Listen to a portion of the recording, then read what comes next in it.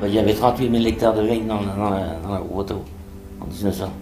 Ah, je ne peux pas vous dire la date. Il n'y en avait pas à Bordeaux qu'il y en avait là. Oh, mais il y en avait. Puis le vignoble là, s'en allait jusqu'à Vaughan-Éclan, tout ça par là. Il était plein de vignes là partout. Jusqu'à Neuville là. De l'autre côté de Neuville, là, celui où il était plein de vignes aussi. Partout. À Fourigny, là-bas, là, il y a les plein de maisons à et puis des marchands de tracteurs et puis tout ça. Ça en a abouti à droite là. C'était plein de vignes tout ça. Oh, l'autre jour, moi, j'ai remarqué le fond vert à la télé, des fois des châteaux avec le vignoble autour. Ben là, nous autres, on pourrait faire les photos aussi. Les châteaux des poules, là-bas, quand le soleil est dessus. Oui, ou la fenêtre pilée, ou les châteaux. Ça, les jolies, hein. Il y avait un joli vignoble dans le temps. Hein. Il y a même, moi, il y a encore des cèpes dans des vieilles vignes, là, il y en a deux vieilles vignes. Il y a des cèpes qui sont marqués. Pour prendre les greffons, on s'en allait dans les salles d'ordinateur, moi, je ne me rappelle plus bien. Venir chez les greffons, de la folle, pour faire de l'armagnac. Les pays où il y a l'armagnac. Avant la guerre, on s'en allait vers Bordeaux, le mélangeait ça avec le Bordeaux, puis hop. Ah si, on se vendait bien la folle, hein, avant les Irodes. C'était la folle, le pire, il y a un peu de chemin, mais pas beaucoup. C'était la folle. Puis après, en rouge pour boire, il y avait l'autre lot. Pour boire comme ça. Pas mourir. Il ressemble un peu au gamay, il est un peu plus épais que le gamay. Là, il y en a qui ressemblent au Bordeaux, du gamay ou n'importe ressemblerait au Bordeaux. Et les Sauvignons, tout ça, il y en a des bons cèpes, hein. Chardonnay. Et puis après, dans le temps, il y avait des Otello. Le vin était bon dans ce temps-là. Après, il est venu les hybrides, il n'était plus acide. Les hybrides n'étaient plus acides. Mais là, avec la folle, les chenins, tous les anciens cèpes, là, les Sauvignons, on fait du bon vin, les Sauvignons. Hein. Puis après, pendant la guerre, il est venu plein d'espèces. Et les 46-43, il y avait des hybrides, l'appelions ça. Quand t'es comme ça, t'as coupé les bois, puis tu les faisais raciner, puis hop, t'as planté la vigne. C'est comme ça qu'il a commencé, moi, avec la pioche.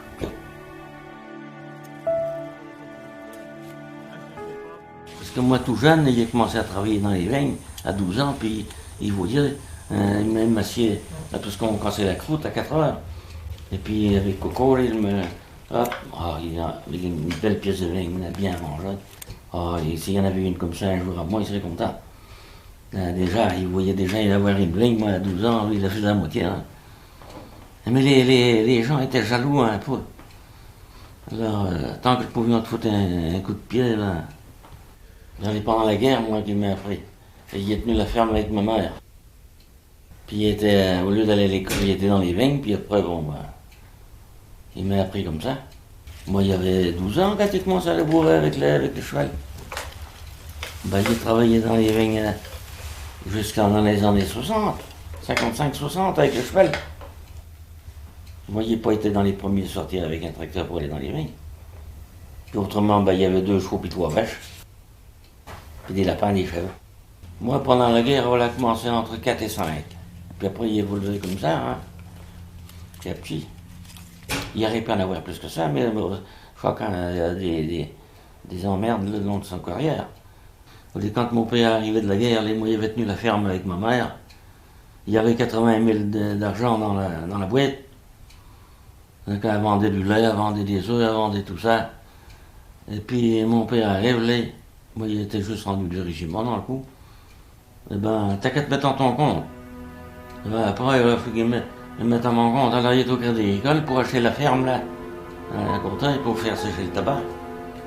Et puis, il fallait signer un caution, comment t'appelles ça? Ah, oui, il ne peut pas payer, les mots, il faudrait qu'il paye. Il n'a pas voulu signer. Tu te rends compte? Là, il n'était pas content.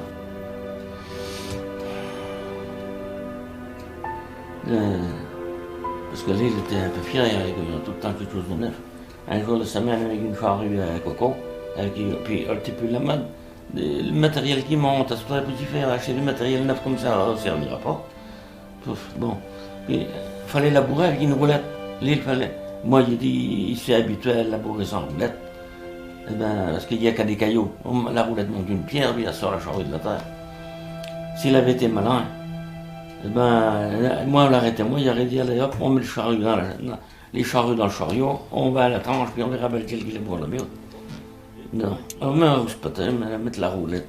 Moi, il n'en voulait pas, il était habitué à labourer comme ça. T'as quelque chose dehors là-bas? Prends mon vélo, me voilà parti. Il y a les chez un tonton pour me faire rentrer au chemin de fer. Aux Anses, le bois. Oh, en arrivant à la cour des Noix, la colère était passée. Oh, on sentait bon l'air, oui, on sentait bon le foin coupé. D'où que t'es parti? J'ai fait demi-tour. Il n'a pas été jusque chez le tonton. Ah, des trucs comme ça qui me rappellent. Par contre, il y a eu une occasion pour aller en Australie. Mais il n'est pas lui là.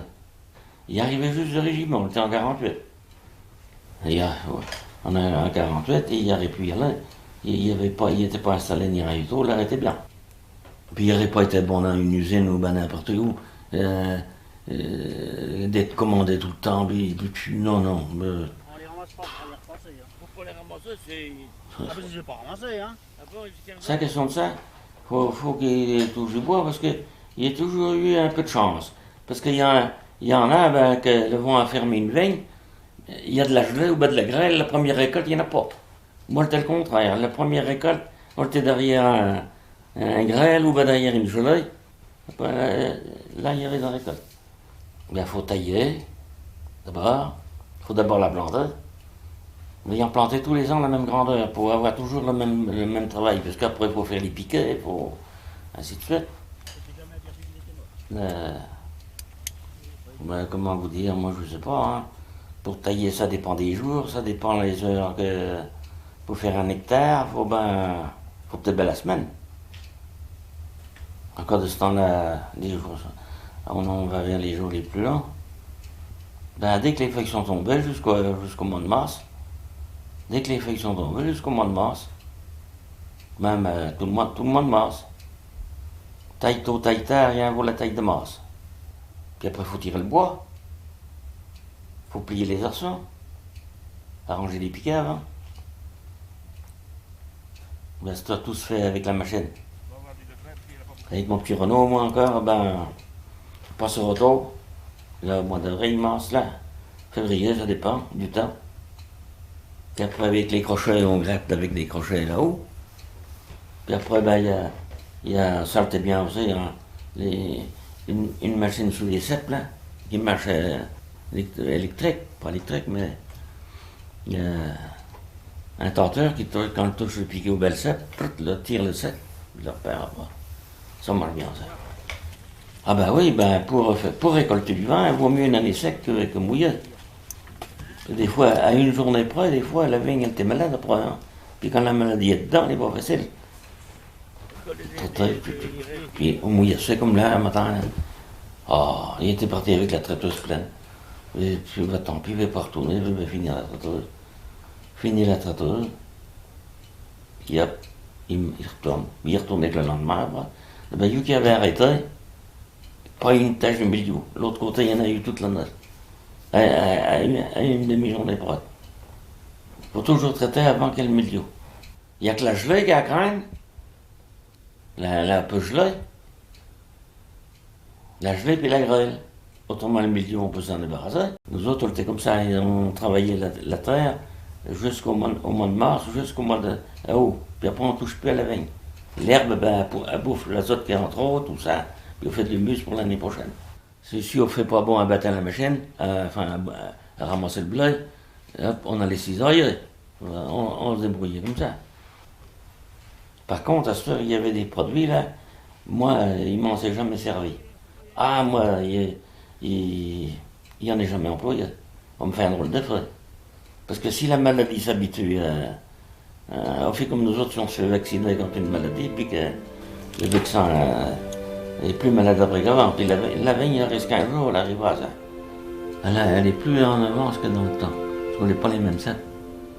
Moi, on m'est arrivé de vendanger jusqu'au 11 novembre.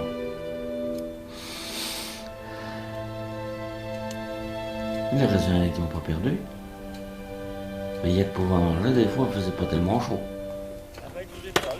Même une année, on tombait de la neige. Ah non, chacun faisait sa vendange lui-même. L'embauchait des vendangeurs qui venaient à Poitiers, il y avait des bureaux, tout ça.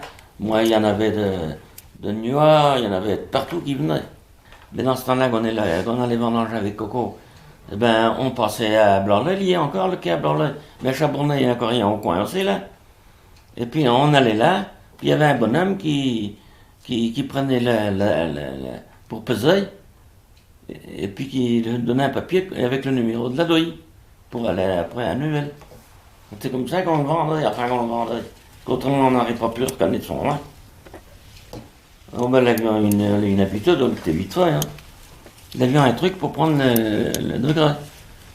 Puis on était marqué sur un papier, avec le numéro du louis. Puis en arrivant à Neuville, ben hop, les rouges d'un côté, les blancs de l'autre. Ça, je ne me rappelle plus quand on a commencé à venir les camions pour aller directement à Neuville. Ben, dans les années près 60. Alors, on a duré longtemps avec le cheval encore. Puis même qu'il n'y avait plus le cheval, il y avait la remorque. On laissait les douilles au quai. Après, il y avait une année, il y avait une étude de vendangeuse, là. Puis elle faisait pas chaud. Ben, il dit, tu sais pas, ben, t'as qu'à aller dans la cabane, puis on va allumer un peu de feu. Puis quand tu vas réchauffer, ben, on l'emmenait à la cabane, on allumait un feu, il y avait du bois à côté, là. Puis elle s'assit là. Et puis, ben, elle s'est pas levée pour mettre le bois dans le feu. Elle était aussi gelée auprès du feu comme si elle avait été dans la veine.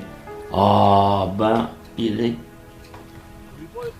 Elle aurait pu mettre du bois dans le feu. Parce que le soir, quand on s'en allait, après, tout le monde débouchait sur les couchers, puis on venait des baronniaux là-bas, de Blanley, quoi. On fait au moins 3-4 km. Puis avec le cheval, ben, on n'allait pas vite sur le chemin. Parce que les chemins n'étaient pas goudronnés dans ce temps-là, c'était des chemins en terre. Et puis le chemin, on était comme ça, on était sur la 147 là-bas, on était que les bagnoles d'un bout à l'autre, puis là, on était que des charrettes. Des charrettes en bois, des charrettes, puis le cheval, quoi. Puis on suivait, il y en avait à l'autre. Puis à un moment donné, le cheval qui était devant, il s'arrête. Puis il y avait la mère derrière. Il dit que le fond là. Le patron, il était en train de s'amuser avec la vendangeuse devant.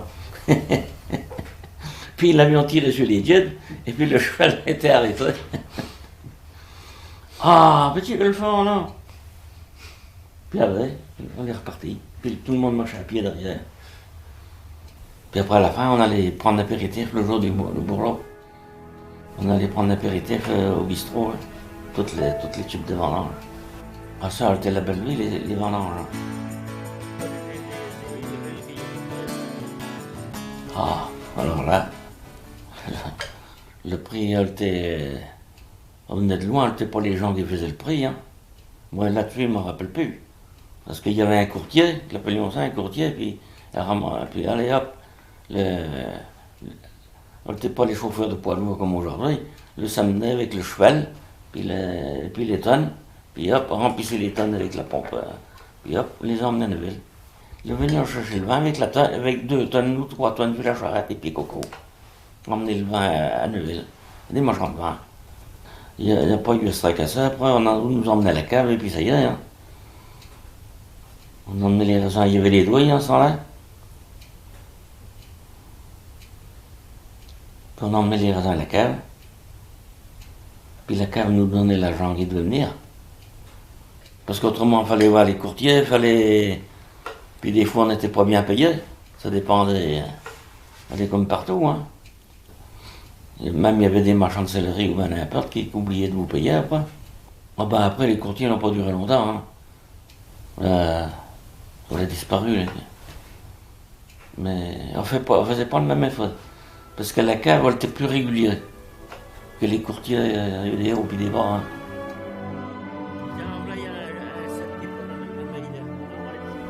Ouais, arracher. Puis à ça, là, ils sont en train de payer pour les arracher, ça. Il peut pas ça, moi, il peut pas vous en dire ça. Payer pour faire arracher les vins, bon, il n'est pas difficile, ça. La génération qui vient, le va faire arracher ses vins, il aura des sous. Puis après, donne tant pis, les autres, elles se démerdent en arrière. Ah non, ça ne marche pas ma fantaisie. Enfin, ça.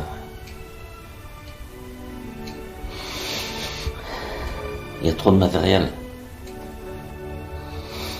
On n'est pas à comparer l'ancien système qu'aujourd'hui, il n'y a pas de doute. Oh, de ce temps-là, avec le matériel qu'il y a, un bonhomme ne peut faire une dizaine d'hectares. Hein. Il y a du matériel qu'il n'y avait pas dans ce temps-là pour traiter du tout ça. Il fallait traiter à dos.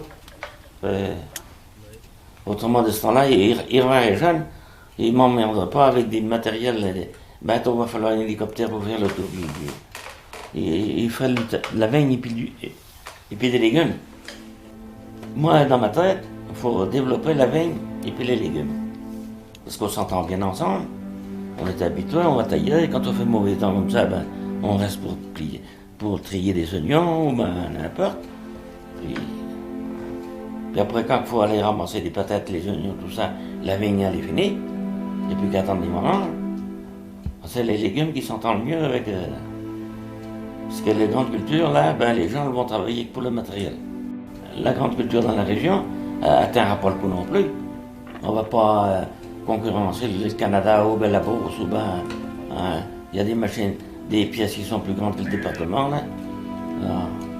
Là, on va venir pareil, tous les paysans vont déménager, ça n'en reste plus qu'un. Je sais pas, il y aurait peut-être un truc, mais... il faut mettre une prime. Celui-là qui travaille à la main ou comme dans le temps. Avec Coco.